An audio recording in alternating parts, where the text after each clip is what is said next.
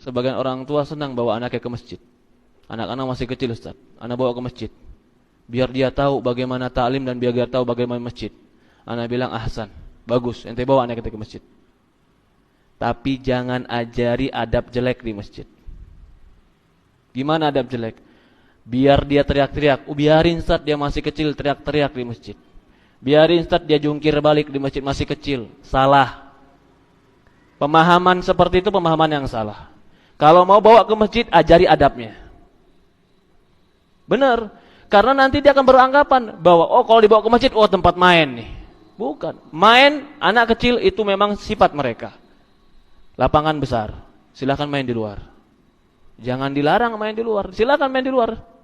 Tapi kalau mainnya di masjid, jangan. Ajari adab masjid. Ajari adab majelis ta'lim. Kita ingin dia kebaikan dengan ke masjid, tapi kita ajari adab. Bukan malah tidak kita ajari adab, bahkan dibiarkan. Tidak, salah itu.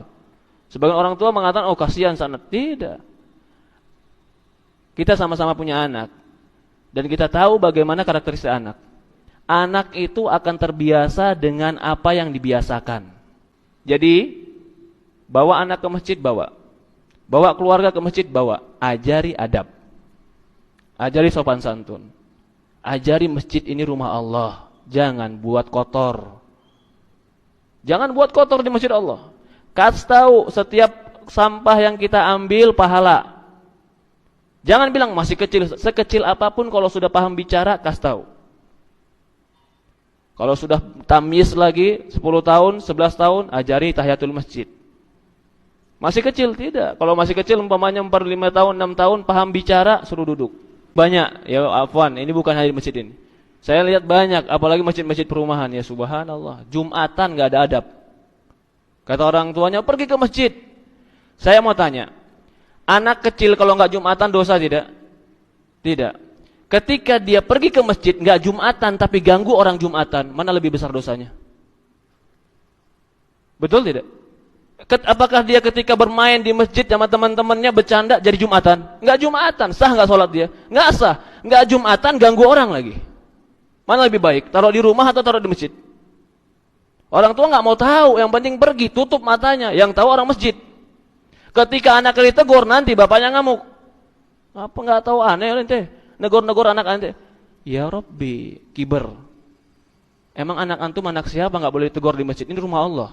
Bukan rumah antum. Antum mau anak antum jukir balik di rumah silahkan. Di rumah Allah jangan.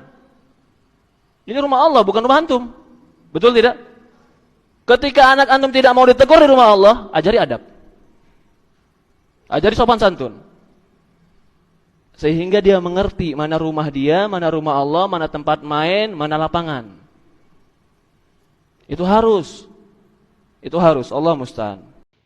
Alhamdulillahirabbil alamin. Ada juga nasihat seperti ini dari komunitas atau kelompok lain sehingga bisa menambah hasanah pengetahuan kita tentang bagaimana kita menjaga ketertiban bersama di masjid kita masing-masing dimanapun kita berada. Mudah-mudahan bermanfaat. Amin.